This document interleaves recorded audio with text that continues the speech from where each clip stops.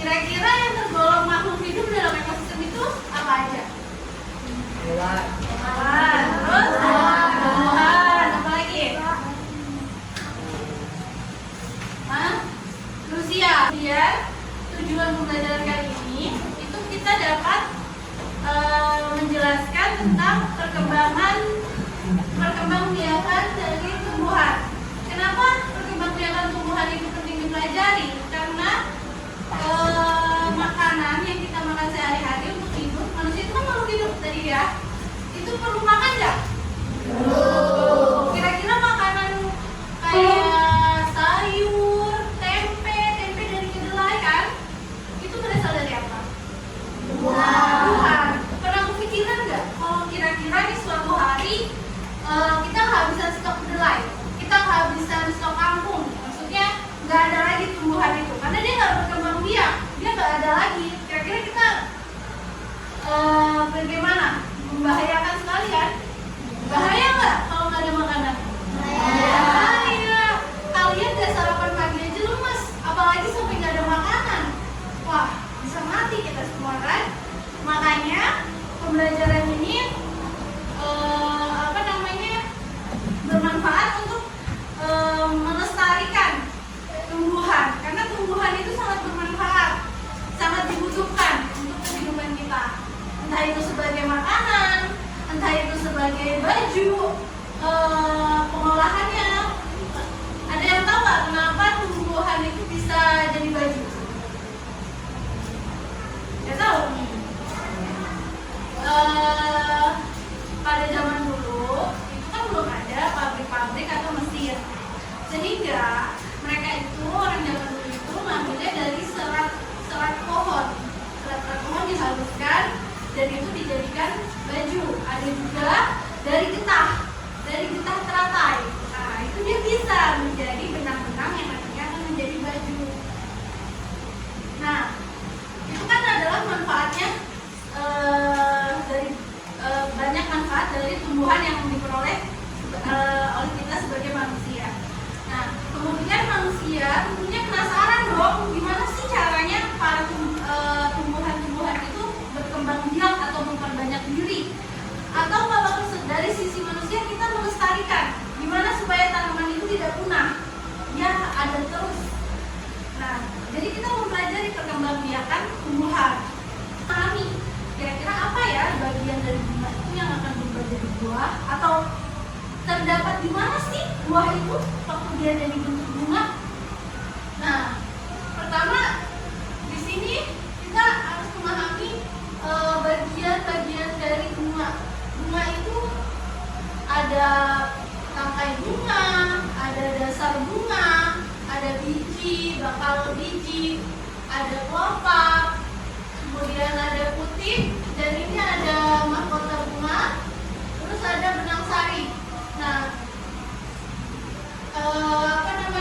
benang sari ini dia terdiri atas kepala sari dan juga tangkal sarinya.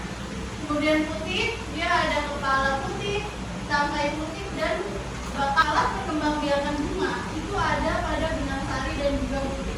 Bunga yang dikatakan sebagai bunga sempurna, dia memiliki benang sari dan juga putih di dalamnya. Kalau misalkan putih doang, sebuah bunga punyanya putih doang, berarti bunga itu gimana? Benar, bunga itu tidak sempurna. Kalau bunganya cuma punya benang sari doang, gimana? Ya, benar, bunganya tidak sempurna. Jadi bunga yang sempurna, dia akan memiliki putih dan juga benang sari di dalam bunga itu. Kemudian ada yang tahu nggak? Di dalam bunga baru itu ada bakal biji. Nanti dia yang akan berkembang menjadi buah.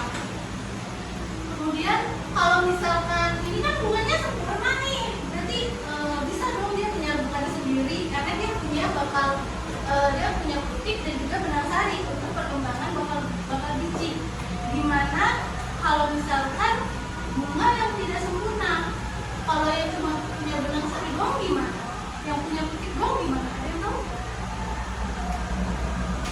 Nah, biasanya itu penyebab menyembuhkannya menggunakan bantuan.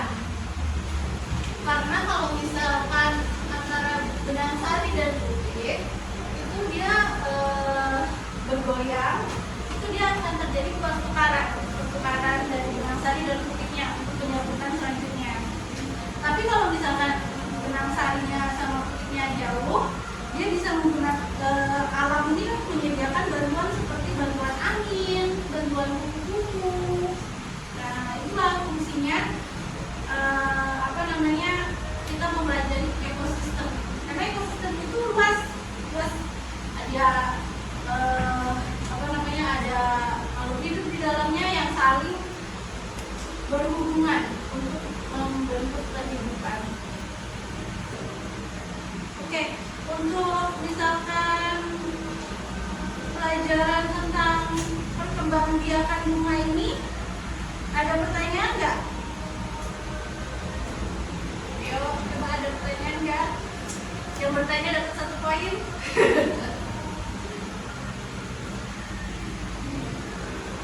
Nanya apa aja, misalkan Bu, contohnya bunga sempurna apa sih Bu? Bu, contohnya bunga tidak sempurna apa? Contoh bunga sempurna seperti apa? Kalau gambar ini gambar apa coba kira-kira bunga apa ini coba? Ada yang tahu ini bunga apa?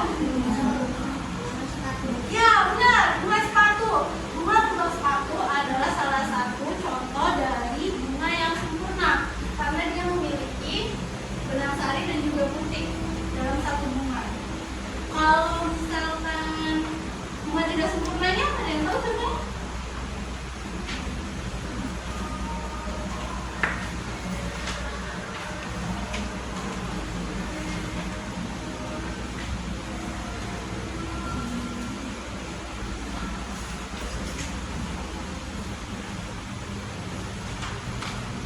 Kalau misalkan contoh bunga tidak sempurnanya itu biasanya pada tumbuhan seperti buah semangka ya. Buah semangka itu dia bunganya tidak sempurna, memang punya satu aja. Makanya kebanyakan dia dibudidayakan oleh manusia karena dia memerlukan bantuan manusia untuk membudidayakannya. Karena dia bunganya hanya memiliki benang sari dan putik. Satu bunga ada yang punya benang sari dan satu bunga ada yang punya putik. Jadi kalau misalkan dia sulit untuk secara alami, dia akan dibantu oleh manusia untuk mendekatkan atau melakukan penyerbukannya.